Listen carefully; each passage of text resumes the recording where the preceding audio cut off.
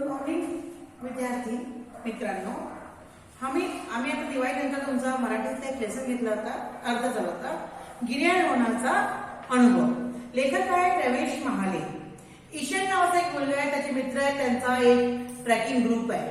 हे सगळे लोक दिवाळीच्या सुट्टीत काय करायचं का नाही याचा विचार करता करता सगळे लोक पुढे पोहोचले उत्तर काशीला. गिर्यारोहण त्यांना माहीत झालं की गंगोत्रीला जायचं आहे ट्रॅकिंगवर. ते सगळे लोक गंगोत्रीला गेले आणि गिर्यारोहणाचा अनुभव त्यांनी घेतला, जो खूप रोमांचक होता. आणि त्यांनी आपली जी तिथे गेल्यावर जे जे त्यांना अनुभव आले ते अनुभव त्यांनी आपल्याला सांगितले. पुस्तकाचा पेज नंबर 26 तुम्ही पहा. उत्तर काशीच्या गिर्यारोहण संस्थेचा संदेश वाचल्यावर ईशान खूप खुश झाला. त्याने लगेच निमंत्रणाची माहिती आपले मित्र धैर्य, प्रशांत, अमन आणि सक्षम यांना दिली. आता हे मित्र ईशान, धैर्य, प्रशांत, अमन, सक्षम हे सर्व मित्र कुठे गेले? पहाडावर गेले सुट्टी. आणि तयारी केली पहाडावर जायची. शाळेला सुट्टी लागल्याबरोबर सर्व मित्र टॅक्सीने ऋषिकेश उत्तर काशीला पोहोचले.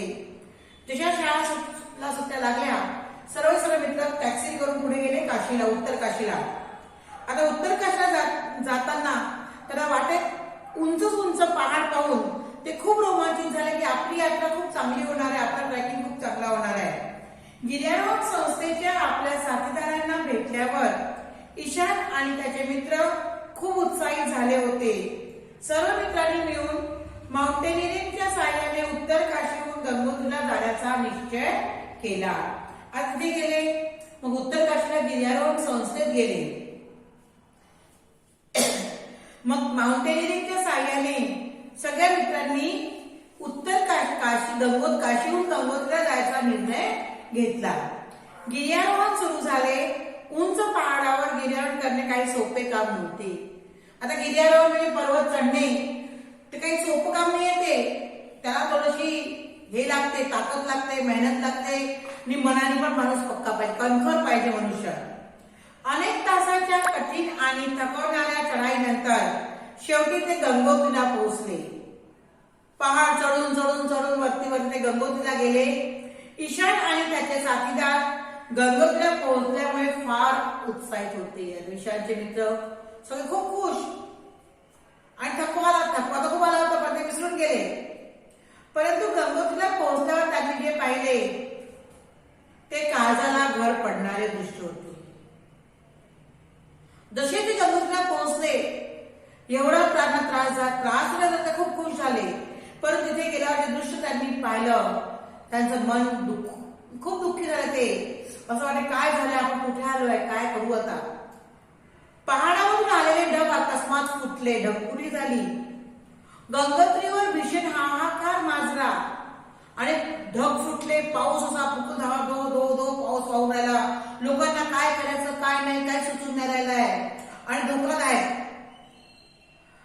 तर गंगोत्रीवर एवढा लोक जातात फिरायला, सगळा हाहाकार होऊन गेला. पाण्याच्या धोकादायक प्रवाहामुळे पाणी एवढंच वेगाने वाहत होतं, प्रवाह एवढा वेग होता की मंदिर परिसर, दुकान, हॉटेल, धर्मशाळा सगळ्या उद्ध्वस्त होऊन गेल्या, सगळ्या पाणी खाली होऊन गेल्या. कित्येक लोक मरून गेले. बरीच घरे, गेस्ट हाऊस नदीच्या प्रवाहासोबत वाहून गेले. आणि या भीषण तांडवामध्ये बरेच लोक मृत्युमुखी पडले.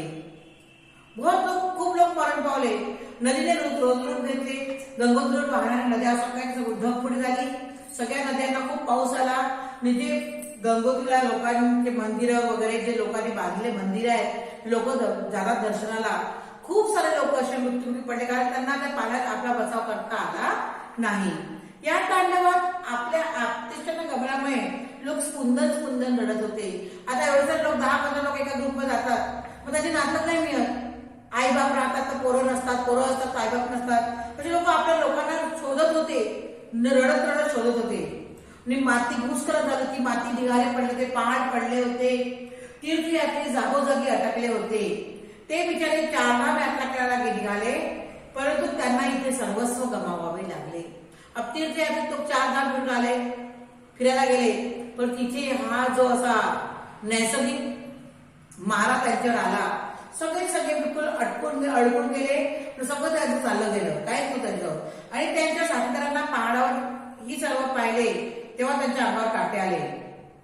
आता आपल्या समोर आपला व्यक्ती वाहून जातोय नदीत आणि आपण काहीच करू शकत नाही, हे सगळं त्यांनी पाहिलं आणि त्यांना खूप खूप त्रास झाला. गिर्यारोहणाचा सर्व उत्साह नाही सर. आता हा ईशान याचे मित्र त्यांना जो उत्साह होता नाही चढून गेले, पूर्ण नाहीसा झाला. आता हे लोक काय ते मूकपणे पाहू शकत नव्हते, पोरं होते आणि तिथे काय झालं, मग भूकमारी आली. अचानक तिथे भुकेने व्याकुळ झालेल्या एका मुलाने आपल्या वडिलांकडे बिस्किटाची मागणी केली. ईशानने पाहिले, वडिलांनी तेव्हा दुकानाला बिस्किट पुड्याची किंमत दिली. तो म्हणाला, एक पुडा 100 रुपयाचा, 5 रुपयाचा बिस्किटचा पुडा. एवढी भूकमारी आली तिकडे, एवढ्या लोकांना काय मिळत होतं की तो दुकानदार तिथला 100 रुपये द्यायला लागला. आणि पाण्याची 20 रुपयाची बाटली केवढ्याला, 200 रुपयाला. 13 कोणता तरी जून महिना आहे, 16 जून 2013 ला हे झालं होतं. तर लोकांनी आपल्या दुकानदाराने आपले भाव वाढवून टाकले. 5 रुपयाचा पुडा 100 रुपयाला आणि 20 रुपयाची पाण्याची बॉटल 200 रुपयाला. एका जेवणाची ताटाची किंमत 2000 रुपये ते घ्यायचे. आता लोकांना पैसा नव्हता, सगळं त्यांचं वाहून गेलं. पण खाण्याशिवाय गत्यंतर नाही खाल्लं तर मरून जातील म्हणून लोक ते खात होते. आणि ईशान त्याचे मित्र हे सगळं पाहून त्यांना खूप चीड आली, हैराण पण झाले. ते दुकानदारांना विरोध करत होते, काका ही तर सरळ लुटमार आहे. त्यांनी म्हटले, लुटमारी आहे, तुम्ही लुटमारी करताय. 5 रुपयात मिळणारा बिस्किट 100 रुपयात आणि 15 रुपयाची पाण्याची बॉटल 200 रुपयाला विकतात. असं कसं असू शकते? म्हणजे तुम्ही काही माणुसकी दाखवा. हे लोकांजवळ यांचं वस्तू नाही, सगळं वाहून गेले, पैशावर काही नाही, हे लोक कशी तुम्हाला एवढं देतील? तर ते दुकानदार तिकडे उत्तर काशीचे म्हणतात काय, गंगोत्रीचे, अरे मुलांना तुम्ही आपले काम करा. पहाडावर याच भावाने वस्तू विकतात. तुम्हाला गरज आहे तर घ्या, नाही तर जा. दुकानदारांना खूप राग आला होता की हे लोक आम्हाला रोखून राहिले म्हणून. ईशान आणि त्याचे साथीदार गप्प बसले. त्यांनी अडचणीत सापडलेल्या यात्रेकरूंना मदत केली. जखमी यात्रेकरूंवर प्रथमोपचार केले, त्यांची मलमपट्टी केली आणि औषधे दिली. हरवलेल्या यात्रेकरूंचा शोध घेण्यासाठी त्यांनी मदत केली आणि भुकेल्या मुलांना आपल्याबरोबर आणलेली फळे, बिस्किटे व पाण्याच्या बाटल्या दिल्या. आता यांना काही उपाय नव्हता, हे पोरच होते ना, लहान, खूप मोठे नव्हते. मग यांनी काय केलं, यांच्यात जे साहित्य होतं, पाणी, बिस्किट, जे खायचं ते त्या लोकांना दिलं. म्हणजे जे वाचले आहेत त्यांची यांनी सेवा केली. कुणाला मलमपट्टी केली तर कुणाला काय केलं, त्यांनी औषध दिली. हे सगळं त्यांनी काम केलं. संध्याकाळ झाली होती. ईशानला आता खूप भूक लागली. आता त्यांनी आपलं जसं खाण्याचं देऊन दिला, त्यांना खूप भूक लागली. संध्याकाळ झाली तरी तर आता काय करायचं? तर ते एका हॉटेलसारखं घर होतं कडेला, तिकडे गेले लोक आणि घरमालका म्हणाले, खाण्यासाठी अन्न द्या, रात्री मुक्कामासाठी एक खोली द्या. पण तो म्हणाला की तुम्ही 5 जण आहे, जेवणाला 10,000 लागतील आणि खोलीचे भाडे 15,000. 10,000 जेवण, 15,000 राहायचं एक रात्र. थोडी खूप जास्त आहे. ईशान म्हणतो, खूप जास्त आहे काका. तो म्हणतो, अरे जीव वाचला, ही किंमत काहीच नाही, जीव वाचव म्हणे. म्हणजे तुला जर जेवण नाही मिळालं, तुला खुल्या आकाशात झोपावं लागेल, रात्रभर तू कसा करशील?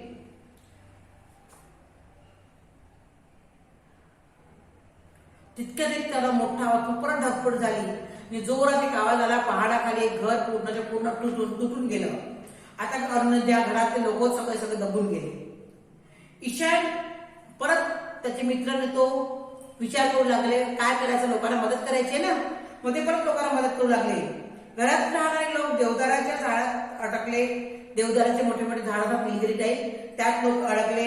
आणि या लोकांनी ईशान वगैरे या प्रकारचा अनुभव होता, कारण ते गिर्यारोहण करायचे. त्यांनी मग त्या लोकांना बाहेर काढलं. त्याच्या जो सामान दोरी वगैरे त्याच्या खाली काढलं आणि त्यांना ती रात्र पहाडावर त्यांनी काढली. नाल्याचा तंबू आणला होता. त्यावेळी तंबू त्यांची कोणतीही गैरसोय झाली नाही. तंबू होता त्यांच्याकडे, कारण गिर्यारोहण दरम्यान जो सामान नेतात त्या तंबूत लोक बसले. पहाडावर झालेल्या दुर्घटनेची माहिती सेनेला मिळाली. भारतीय सेना याला ही माहिती मिळाली मग हवाई दलाचे हेलिकॉप्टर बचाव कार्य सुरू केलं. सकाळ झाल्यावर ईशान व त्याच्या मित्रांनी आसपासच्या जंगलातून लाकडे गोळा करून आणली व आग लावली. आता हेलिकॉप्टर वरती फिरताय, मित्रांनी काय केलं, लाकडे आणली, मी आग लावली. मग आगीचा धूर निघाला, हेलिकॉप्टरला संदेश मिळाला. ते तिथल्या ते गिरट्याकडे लागले आणि मग त्या हेलिकॉप्टरच्या जवानांनी अडकलेल्या लोकांना तिथून बाहेर काढलं. ईशान त्याच्या मित्रांनी हे कामात त्यांची मदत केली. हवाई दलाच्या हेलिकॉप्टरने सर्वांना सुरक्षित ठिकाणी पोहोचवले होते आणि जेव्हा अधिकारी आले त्यांनी त्यांच्या बहादुरीचे काय केलं, कौतुक केलं, प्रशंसा केली. एवढेच नव्हे तर मुलांना वीर पदक मिळवून राष्ट्रपतीकडे अर्ज केला. तिकडे ईशान व त्याचे साथीदार पहाडावर झालेल्या दुर्घटनेनंतर सुरक्षित घरी पोहोचले तेव्हा ते फार खुश होते. गिर्यारोहणाचा हा अनुभव त्यांच्यासाठी कायम स्मरणात राहणारा होता.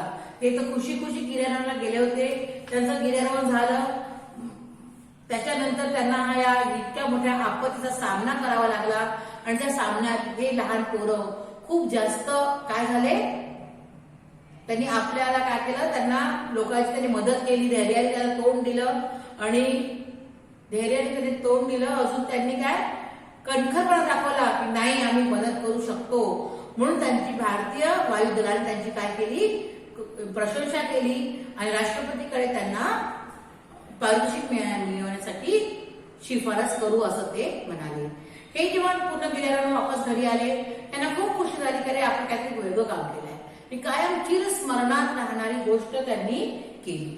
ठीक आहे, इथे हा गिर्यारोहणाचा पाठ तुमचा संपला.